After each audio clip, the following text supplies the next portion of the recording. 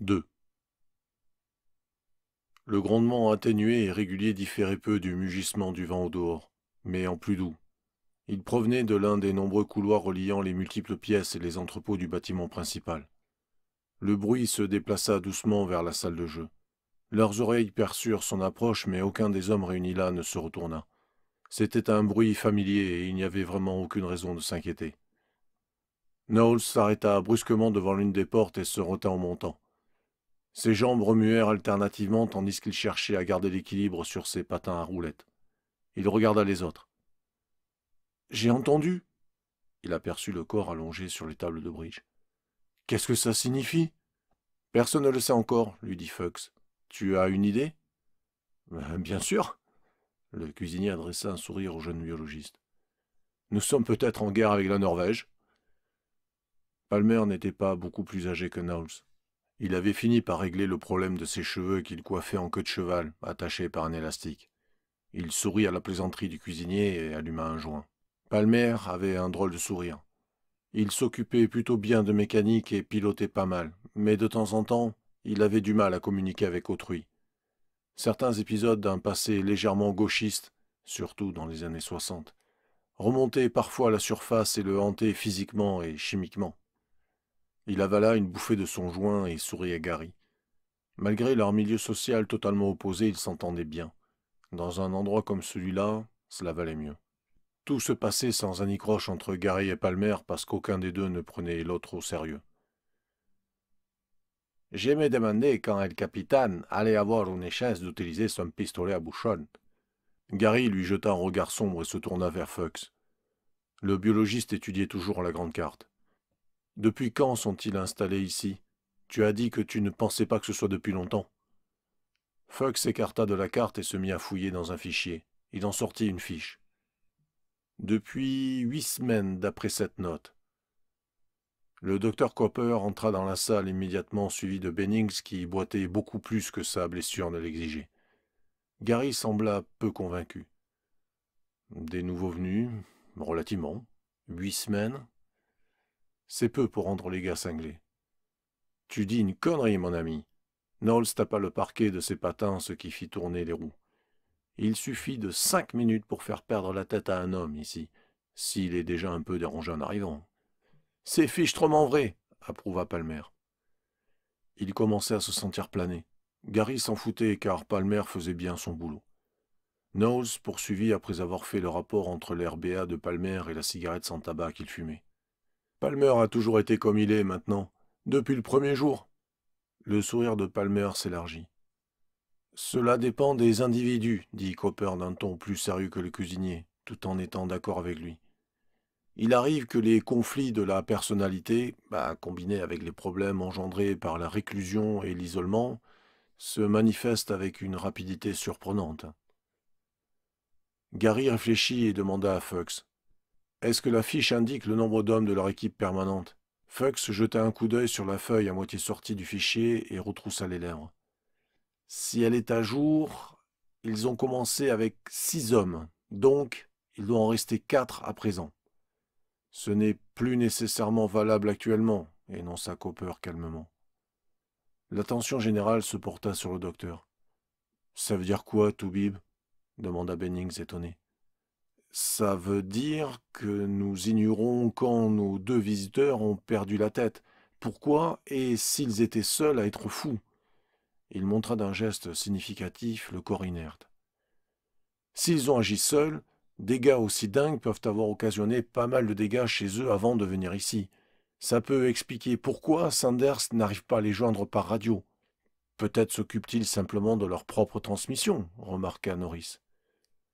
Copper n'eut pas l'air convaincu. Les Européens parlent tous un peu l'anglais. Je pense qu'ils auraient au moins accusé réception du message. Gary jeta un regard sur les tables de bridge.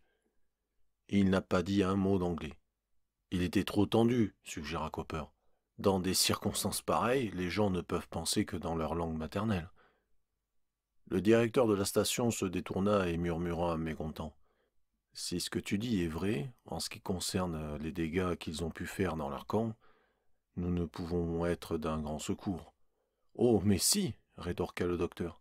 J'aimerais aller là-bas, je peux peut-être me rendre utile et même trouver des éléments de réponse. Par ce temps, le docteur s'adressa à l'homme le plus proche. Bennings, comment est le temps? Le météorologue réfléchit. J'aimerais refaire mes calculs, mais selon les dernières indications, je pense qu'il va y avoir une légère accalmie dans les toutes prochaines heures. Une accalmie? Interrogea Gary le regard dur. Bennings s'agita. Donne-moi une chance, chef. Essayer de prédire le temps ici, c'est comme essayer de trouver des cubes de glace à Londres. Un coup de peau. Mais mon avis repose sur les infos les plus récentes. Que penses-tu de l'idée du Toubib? J'aimerais pas y aller moi-même, dit-il en se rapprochant de la carte qu'il examina. Mais c'est une hypothèse raisonnable. Même en tenant compte des vents, je pense qu'il faut moins d'une heure pour y aller et autant pour revenir. Gary rumina l'idée dans sa tête, pas très chaud, mais il souhaitait désespérément avoir des explications avant que le temps et les enquêtes officielles entrent en jeu. De plus, comme Copper l'avait souligné, des blessés pouvaient avoir besoin de secours à la station norvégienne. Quelle serait la réaction officielle s'il ne faisait pas un effort pour les aider? Palmer finit de fumer son joint. C'est de la merde, Toubib, je te parie. Gary le coupa brutalement.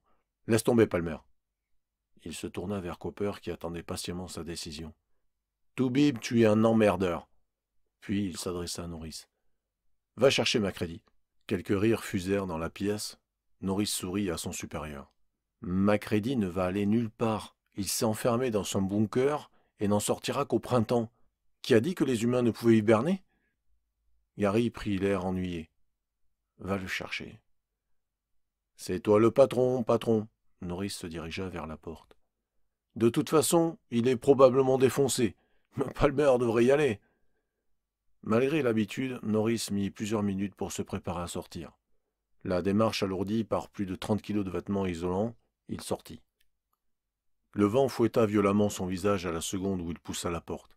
Instinctivement, il écarta les lèvres de manière à ce qu'elles ne soient pas collées par la salive gelée. Des particules de glace crépitèrent sur ses lunettes protectrices.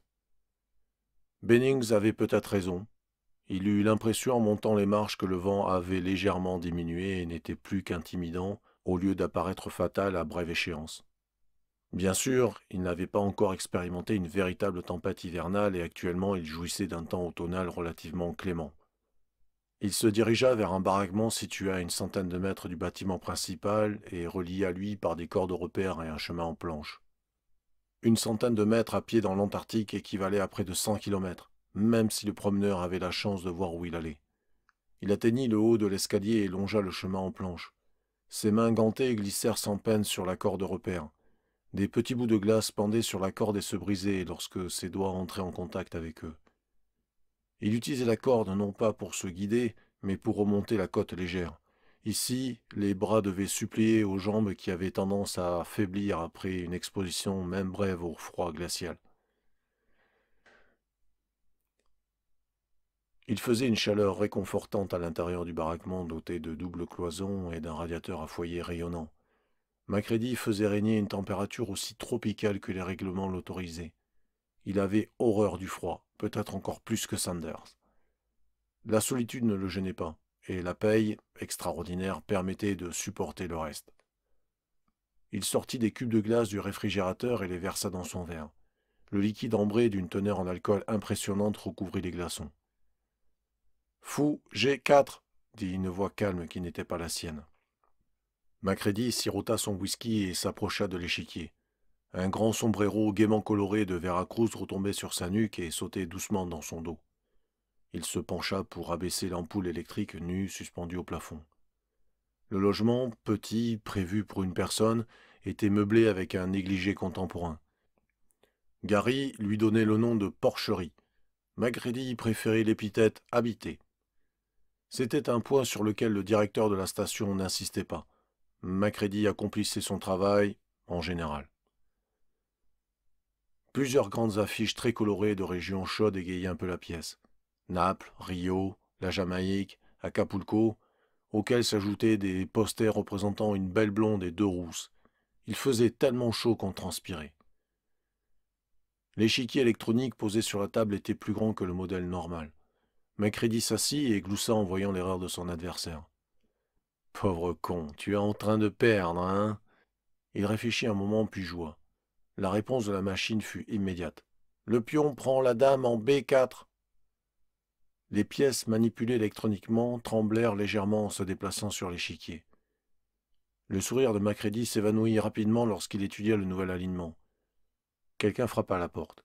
Il ignora le bruit en réfléchissant à son prochain coup et finit par donner ses ordres. Les pièces se déplacèrent.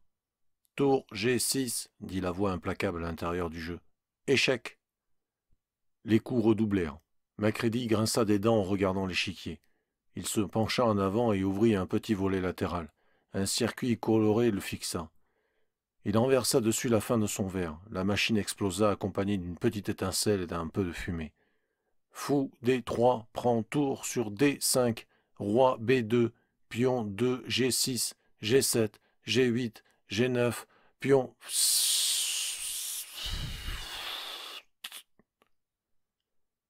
Macready écouta jusqu'à la fin le charabia, puis se leva et alla d'un pas mal assuré à la porte tout en murmurant « Une espèce de tricheur, un programme aberrant, ferait mieux de me faire rembourser. Hein. » Il ouvrit la porte prudemment. La chaleur s'échappa aussitôt de la pièce. Norris entra rapidement, suivi d'une traînée blanche de neige. « Tu te branlais ou tu étais simplement en train de pisser ?» grogna le géophysicien en se secouant. « Pourquoi tu n'as pas ouvert, bordel ?» Macready ne répondit pas, mais montra l'échiquier en fumant. « Avons-nous des modèles de rechange à la réserve ?»« Comment veux-tu que je le sache ? Va voir !» Le jeu d'échecs fut brusquement oublié. Macready regarda son visiteur d'un air soupçonneux. « Tu viens pourquoi ? Tu devines pas ? » « Oh non !» Il s'éloigna de Norris. « Pas question, à aucun prix. C'est Gary qui l'a dit. Je me fous pas mal de ce que Gary dit. » Le vent rugit au dehors et Macready trouva ce rugissement bien avide. Childs avait sorti une des grandes torches et la garda contre son corps pendant qu'il faisait fondre la glace des rotors de l'hélicoptère et du capot. De tous les travaux à l'extérieur, dégivrer les appareils était l'un des plus agréables. Au moins, vous pouviez vous réchauffer en même temps. Le vent hurlait autour de lui tandis qu'il travaillait. Il jeta un coup d'œil au ciel. Malgré les assurances de Bennings, il n'enviait pas celui qui devrait conduire l'hélico. Personne ne l'aurait fait si Cooper n'avait pas insisté. Childs sourit tout seul. Ce bon vieux Dr Cooper agissait toujours ainsi. Une fois qu'il avait proposé quelque chose, aucun des autres machos ne pouvait reculer sans avoir l'air idiot. Il reporta son attention sur l'hélico pratiquement dégelé et ôta l'eau glacée du train d'atterrissage. Les hommes lourdement vêtus ressemblaient à des ours migrateurs. Ils se frayèrent un chemin dans les 3 corridors conduisant au pied de l'hélicoptère. Ils commencèrent à transpirer malgré leurs sous-vêtements spéciaux qui absorbaient les phénomènes thermiques. Les vêtements qu'ils portaient étaient prévus pour être confortables à 70 degrés au-dessous de zéro et non au-dessus. Le docteur Cooper transportait une trousse médicale en métal et plastique moulé qui pouvait transporter tout, jusqu'à y compris du matériel de chirurgie portatif. À l'origine de couleur jaune, il avait été peint en noir par Cooper lui-même. Il restait un tant soit peu traditionnaliste. Macready étudiait la feuille de vol plastifiée sans cesser de maugréer et faisait mentalement le trajet prévu. Folie, complètement dingue. Je sais même pas si j'arriverai à trouver cet endroit par temps clair. Cesse de rouspéter, Macready, ordonna Gary. Plus tôt tu partiras, plus tôt tu reviendras. Si on y arrive. Sortir à cette époque de l'année est contraire à tout règlement. Je ne suis pas censé voler avant le printemps. Je vais rédiger une protestation. Le règlement stipule que je ne dois pas sortir par ce temps. Ton règlement, je me le fous au cul, dit Cooper. La fiche indique qu'il y a 6 gars dans cette station norvégienne. Si on enlève les 2 dingues, il en reste 4 qui sont peut-être en train de ramper en suppliant qu'on les aide. L'Antarctique est comme l'océan, Mac. La première loi de la mer dit que tu dois aider un marin en difficulté avant de penser à autre chose. Ça me gêne pas de les aider, insista Macready. Mais je ne veux pas terminer comme eux quand nous arriverons. Gary le dévisagea. Si tu n'es pas foutu de courir le risque de voler par mauvais temps, pourquoi donc t'es-tu porté volontaire pour ce poste ? Macready sourit avec un geste éloquent des doigts. Pour le fric, comme la plupart d'entre nous. Mais je ne pourrai pas le dépenser si je suis crevé. Écoute, Macready, si tu continues à râler, Palmer a déjà proposé au Toubib de l'emmener. Macready regarda incrédule le directeur de la station. Qui tu dis ? Palmer ? Il a à peine 2 mois d'entraînement sur hélico. Un beau temps pour s'entraîner ? 4, moi, rectifia Palmer à l'arrière, d'un ton plein de défi. Et un petit souffle d'air ne me dérange pas. Un petit souffle d'air, répondit Macready en secouant la tête. Bordel, quand tu seras foutu, Palmer, la fin du monde non plus ne te gênera plus. Mais peut-être que le toubib n'a pas autant envie que toi de mourir heureux et drogué. Alors emmène-le avec toi et ferme-la, répliqua Palmer. Ah. Macready fit un geste grossier et se tourna vers Bennings. Le vent souffle à combien de nœuds 45 16, répondit le météorologue. Ouais, mon œil, aboya Macready. 16 nœuds, pour combien de temps? Tu ne peux pas le prévoir à cette époque de l'année, cela peut passer à 50 nœuds en 5 minutes. Bennings hocha la tête. C'est possible. Alors, qu'est-ce qu'on fait? Cooper s'arrêta près de la porte. Le rugissement du vent traversait la double barrière isolante. Ouvre la porte, grommela Macready à bout d'arguments, à moins que tu ne veuilles essayer de marcher jusque-là. Childs les attendait et aida Cooper à monter dans le cockpit. Le docteur fixa soigneusement sa trousse derrière le siège. De l'autre côté de la vitre en plexiglas, la neige qui soufflait commençait déjà à obscurcir la vue. Macready se glissa à l'intérieur de l'appareil après Cooper, toucha les boutons et examina le tableau de bord. La seule information qu'il ne prit pas la peine de vérifier concernait la température extérieure. À partir du moment où elle tombait au-dessous de zéro, il se fichait pas mal de ce qu'elle indiquait. Et puisqu'ici on était toujours en dessous de zéro, c'était le seul instrument de l'hélico qu'il ne vérifiait jamais. Il resserra les lacets de son sombrero sous son menton. Le sombrero pendait de manière incongrue sur son dos par-dessus sa parka. Childs avait pensé à augmenter le préchauffage. Un bon mécano, Childs. Macready lui faisait confiance. Le moteur chauffait depuis 30 minutes. Il devrait pouvoir démarrer. Il mit contact. Un instant, les rotors peinèrent et rechignèrent contre la glace fraîche. Puis ils se mirent à tourner. Le moteur s'emballa normalement.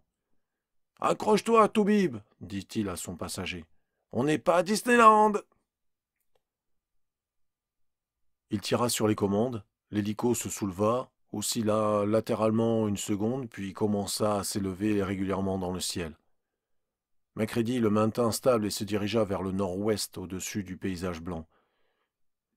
L'appareil glissa dans le vent et lutta contre lui comme un saumon qui remonte le courant. Macready était trop occupé à contrôler l'appareil pour vomir. Il ne le pouvait pas devant l'imperturbable Cooper. Le docteur se rejeta en arrière sur son siège pour se détendre, arrangea sa ceinture de sécurité et son harnais d'épaule et étudia le terrain. Il semblait s'amuser beaucoup. Macready l'insulta en silence. Plusieurs perdus les observèrent par les fenêtres momentanément dégivrées de la salle de jeu jusqu'à ce que l'hélicoptère ait disparu. Clark regarda ses pommes plaquées contre la vitre. Entre sa peau et l'extérieur se trouvaient 3 couches de verre épais spécial et 2 couches intermédiaires d'air chaud, et malgré cela, la vitre était froide. « Mac, c'est vraiment volé, hein ?» Bennings sentit sa jambe le démanger et se força à ne pas la gratter. Cooper s'est porté volontaire pour jeter un coup d'œil dans le camp norvégien et Gary a accepté. « On aurait pu utiliser les chiens, » dit Clark légèrement vexé de ne pas avoir été consulté. « Cela aurait été plus sûr avec ce vent. » Plus sûr, ouais, concéda Bennings, mais 10 fois plus lent. Nous pouvons avoir une grosse tempête n'importe quand maintenant. Ils seront de retour dans quelques heures. Un épais pansement autour de la hanche, le chien esquimau rentra dans la salle. Il marcha joyeusement entre les tables et les chaises en boitant un peu de sa patte blessée. C'est complètement fou, se dit Macready en survolant une corniche de glace. Le moteur protesta une seconde ou deux. On voyait quelques rocs émerger de la neige, complètement pelés. Curieux comme des choses aussi banales que l'herbe pouvaient vous manquer, à l'exception des importations d'herbes de Childs et de Palmer. Le vent avait considérablement diminué depuis le décollage et Macready reconnut que le vol était presque agréable. On avait l'impression que tout allait se passer sans problème. Le chauffage du cockpit fit entendre une plainte bruyante. Macready venait de l'augmenter. D'après lui, c'était le seul réglage possible. Cooper avait trop chaud, mais il ne dit rien. Il était prêt à accepter un surcroît de chaleur pour faire plaisir au pilote. Macready jeta un coup d'œil à la carte plastifiée étalée sur son support. « Nous devons nous trouver tout près, Toubib, si les coordonnées de Fuchs et de Bennings s'avèrent exactes. »« Il ne s'agit pas de l'Arctique, Mac. Les camps ne flottent pas sur des banquises ici. Le camp se trouvera là où il est censé se trouver. » Il montra soudain du doigt quelque chose. Qu'est-ce que c'est? On voyait une fumée qui ne sortait d'aucune cheminée. Elle se levait en une colonne centrale dense accompagnée de plusieurs petits panaches, beaucoup trop nombreux. Le vent faisait danser la fumée. En cette fin d'après-midi, le soleil allait bientôt disparaître dans l'Antarctique et la longue nuit polaire les envelopperait. Macready décrivit un cercle au-dessus du camp à demi enterré. De plus près, la fumée semblait inhabituellement épaisse, comme de la poix. Elle montait dans le ciel en tourbillon surgi de sources cachées. On ne percevait aucun mouvement en bas. Seul le vent se déplaçait ici. On atterrit à un endroit spécial, Toubib? Cooper, penché vers la droite, regarda d'un air solennel par la vitre. Choisis, Mac. D'après ce qu'on voit, je ne crois pas que ce soit très important.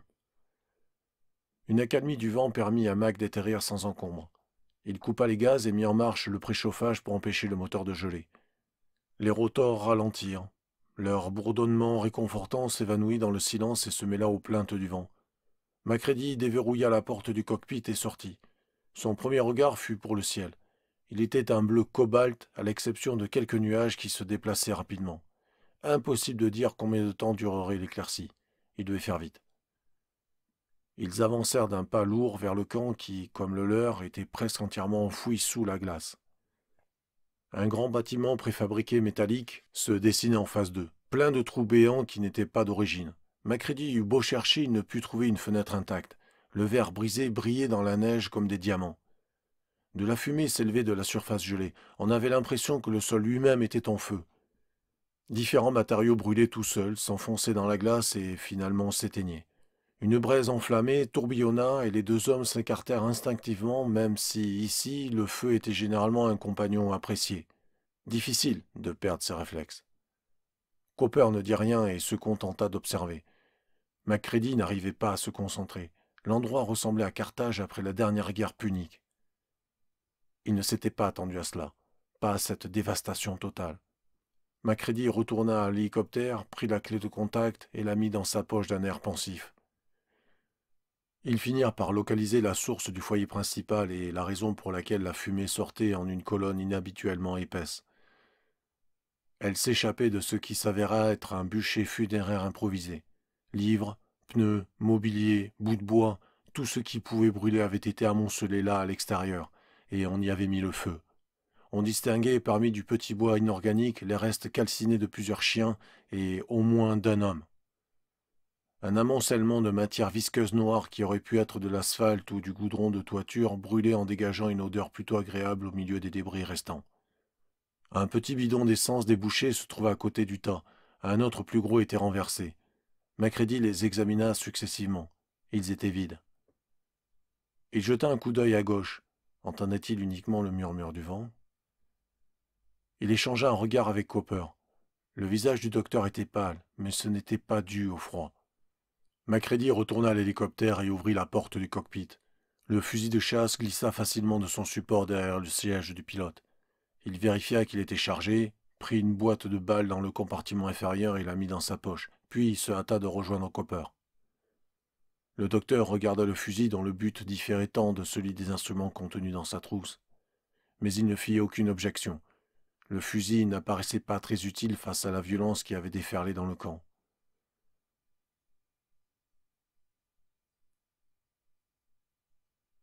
Ils se dirigèrent vers le bâtiment central ou plutôt vers ce qui en restait.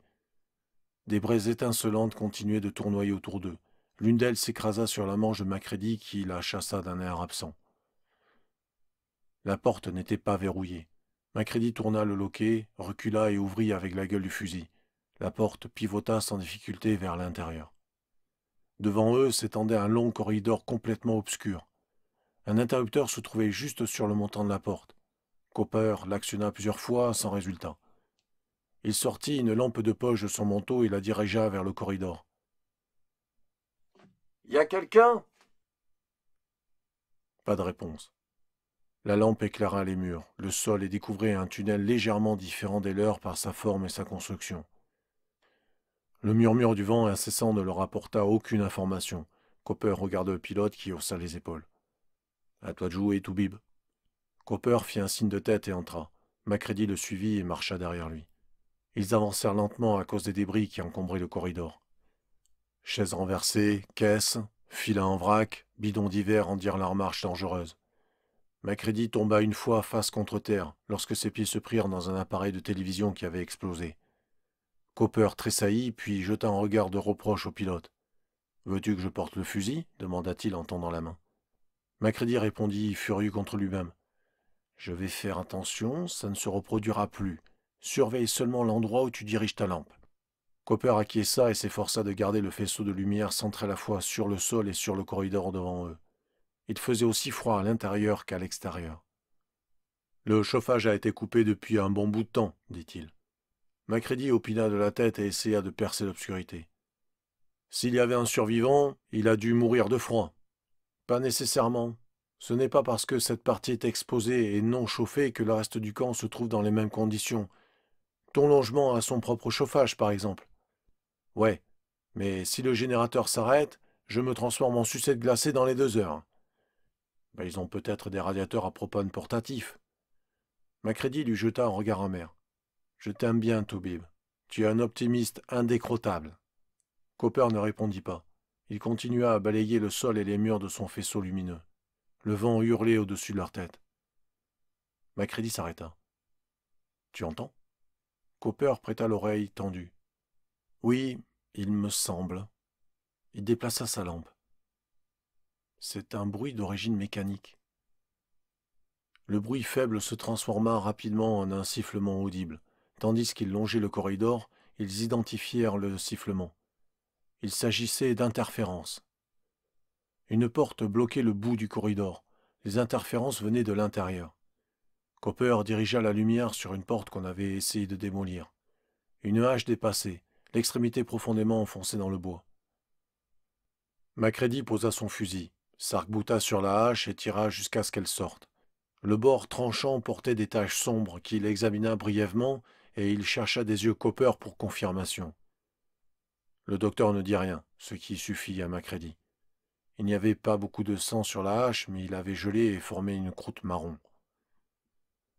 Macready posa la hache par terre et reprit son fusil qu'il serra davantage alors qu'il essayait de trouver la poignée. La porte bougea de quelques centimètres seulement. Le pilote appuya avec son épaule, mais la porte refusa de s'ouvrir davantage. « Elle est bloquée de l'autre côté, dit-il doucement à Cooper. Il colla son visage dans l'étroite ouverture. « Y a quelqu'un » Pas de réponse. Cooper se déplaça et cria. « Nous sommes des Américains !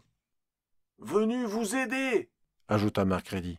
Il claqua la langue et poursuivit. « Nous sommes seuls !» Toujours pas de réponse. Il se cala solidement et appuya plus fort contre la porte. On entendit un craquement. « Je crois qu'elle a un peu bougé, dit-il au docteur. Aide-moi. » Cooper poussa avec lui. Le sol gelé du couloir offrait peu de prise à leurs bottes. Mais à force de taper et de pousser, ils réussirent à ouvrir la porte centimètre par centimètre. Finalement, l'ouverture fut suffisamment grande pour que Macready puisse passer la tête à l'intérieur. « Donne-moi la torche. » Cooper lui tendit la lampe de poche et le pilote la dirigea vers le centre de la pièce. On entendait clairement les bruits d'interférence. « Tu vois quelque chose, Mac ?»« Oui. » Le faisceau lumineux montra des rangées d'instruments électroniques, la plupart détruits. Une console semblait être à l'origine de ce bruit continu.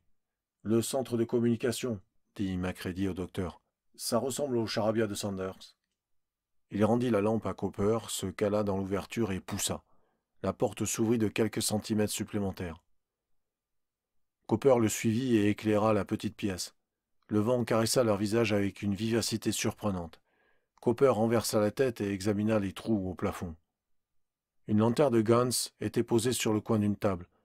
Macready sortit une allumette, l'alluma soigneusement et appliqua la flamme sur la lanterne en tournant le bouton de réglage. Le butane s'enflamma aussitôt et les éclaira un peu mieux. Le pilote prit la lanterne et décrivit un cercle lent. La lumière douce s'arrêta sur le sommet d'une tête d'homme qui dépassait d'un fauteuil pivotant. « Hé, la Suède, ça va » demanda Macready. Le fauteuil oscilla légèrement sous l'effet de la brise venue du plafond. Les 2 hommes avancèrent lentement.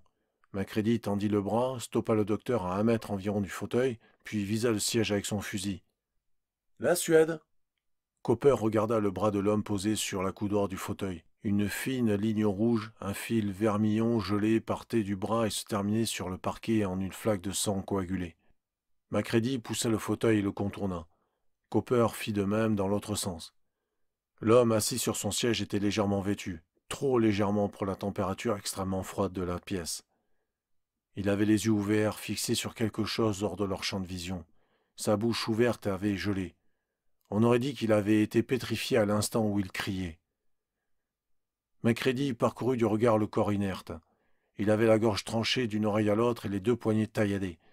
Un rasoir d'un modèle ancien reposait sur les genoux de l'homme. Il était taché de sang comme la hache enfoncée dans la porte. Le rasoir semblait déplacé dans la salle des transmissions, antiquité au milieu de la technologie. On s'en était pourtant servi. Macready passa devant le cadavre aux yeux grands ouverts et appuya sur un bouton. Le sifflement régulier de la radio s'éteignit. Le mur opposé comportait une porte également bloquée de l'intérieur. Macready donna un coup d'épaule furieux pour l'ouvrir. Et il s'arrêta pour reprendre son souffle et vit son compagnon qui observait fasciné le cadavre couvert d'entailles. « Mon Dieu !» murmura le docteur. « Que diable s'est-il donc passé ici ?»« Allez, viens, Cooper !» grommela Macready d'un ton impatient. « Cette porte aussi est bloquée. »« Quoi ?» Le docteur jeta un regard dénué d'expression au pilote, puis se secoua et alla l'aider. Ils luttèrent ensemble contre ce nouvel obstacle jusqu'à ce que la porte bouge suffisamment pour les laisser passer. Un meuble en métal avait été utilisé pour coincer la porte. Au-delà, une obscurité encore plus profonde régnait. Le vent s'intensifia. Cooper éteignit la lampe de poche et prit la lanterne des mains de Macready, ce qui permit à ce dernier de tenir le fusil à deux mains. Cooper leva la lanterne très haut et découvrit une série de marches en bois qui conduisaient au niveau inférieur. « Hé, la Suède !» hurla Macready dans l'obscurité en commençant à descendre. « Ce ne sont pas des Suédois, mais des Norvégiens, bon Dieu !» rectifia Cooper agacé. « Ce sont des Norvégiens, Mac. » Quelque chose bruissa dans les ténèbres et le frappa au visage.